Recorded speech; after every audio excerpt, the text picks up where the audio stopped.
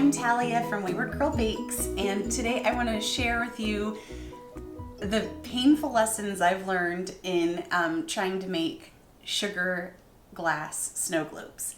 And I cracked up because I'm watching season 7 of the Holiday Baking Championship, and Lorenzo just did some sugar glass domes for his, I guess they were like tarts or pie, I don't know. He did them, and I was like, oh my god, I felt his pain. His first batch were a disaster, and I'm here to say that after like 50 batches of making these, I have some tips to make it easier for you at home if you want to try it this Christmas to make some snow globe cupcakes or tarts, whatever.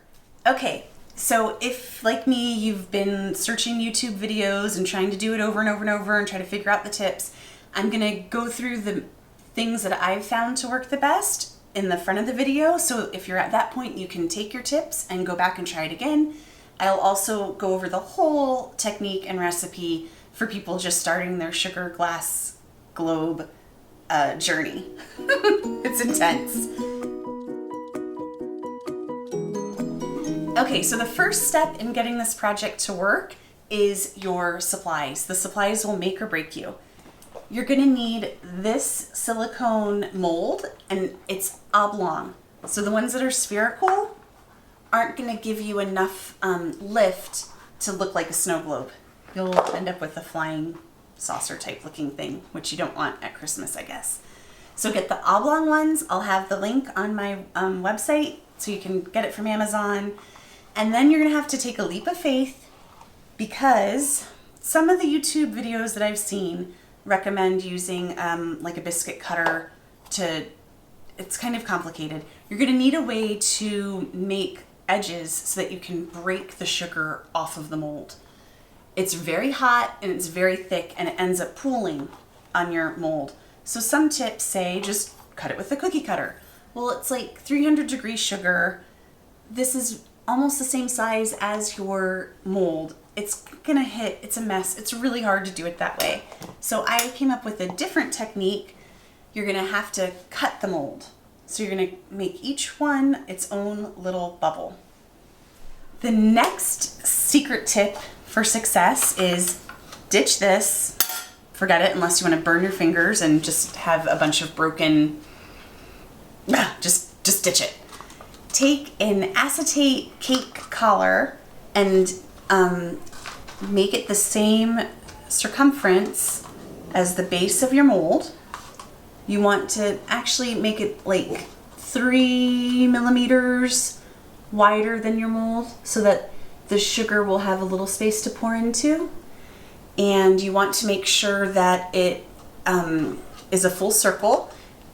Here's another tip. When you tape it closed, put your tape going not perpendicular to the seam, but right parallel on the seam. That'll make it much easier to open when you're ready to release your mold. So acetate collar, cut up your mold, tape it parallel, make sure it goes all the way around. Don't try to be cheap and like leave a gap in the back. It's not gonna work. Last bit of advice, get a wire rack, put it over a pan with a slip mat, so that the sugar syrup will have somewhere to drip down. The slip mat makes it super easy to clean up. Once it cools, you can peel that sugar off and use it for another project, like a gingerbread house, which is coming up in a few days, or gnaw on it, I guess. It's basically a big lollipop, or melt it down again later. I don't know, but you don't have to throw it away, and it's super easy to peel off the slip mat. Okay, so for the recipe for the sugar glass that will become the globe, this is the easiest part of the recipe. It is just 3/4 water with 1 cup of corn syrup. And another tip, you don't even need to put your corn syrup in the measuring cup. I never knew this until like yesterday. I was days old when I realized that the bottle itself has the 1 cup measurement on it. So there you go, another tip. And you're also gonna need a 1/4 teaspoon of cream of tartar. That just helps the sugar become the right consistency. And 2 cups of granulated sugar. So you're just gonna let that boil on the stove till it's like 290 to 300 degrees Fahrenheit, or I think that's like 150 Celsius, and then immediately you're gonna pour it into your prepared cake color mold thing. Okay, so once your sugar gets to the right temperature, you're just gonna pour it over the molds as quickly as you can. It's super hot. And just let it slide down.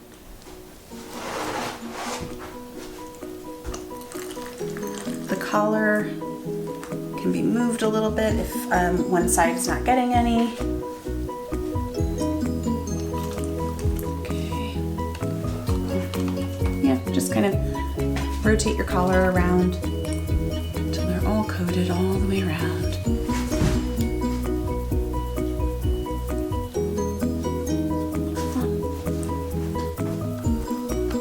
Oh, I don't want to touch it. It's super hot. That probably got way too much.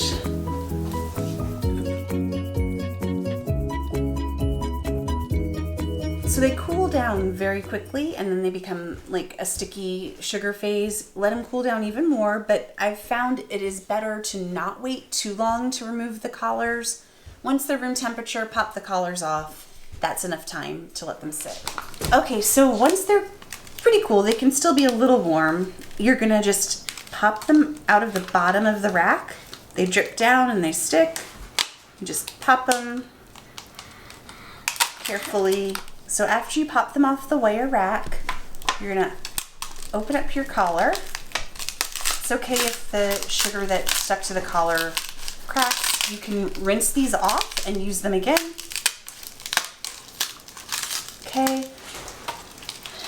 And now the tricky part, you have to kind of pop out your mold and pray that they don't break.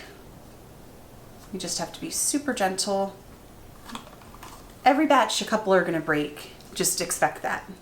But you can also use a little bit of oil on your finger to shine up the inside so it's more translucent. And there's your little globe.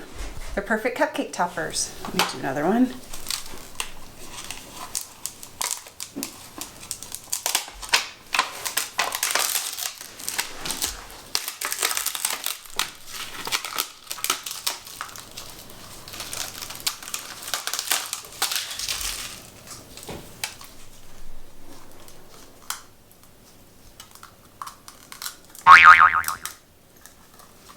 Globes.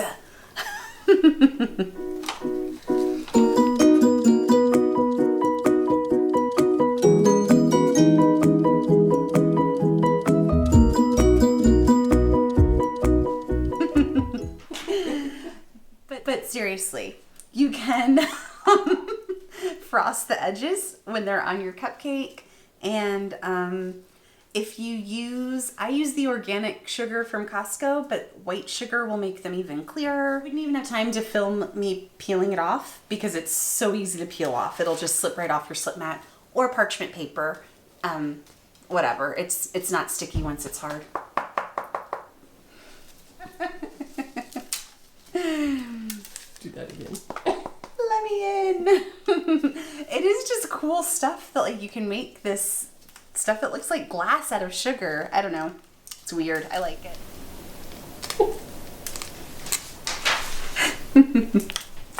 Try to use them within like a week because if there's humidity in your home, they can start to kind of shrink down. And again, if you want to clean up the inside, just take a little bit of a oil on your fingertip and just rub, and it makes it a little bit more clear. Good luck with your sugar snow globes. Once you start, you can't stop until you've perfected it. So wherever you are on your journey, good luck. I think that's it for my tips. I kind of never want to make another one of these again. Bye.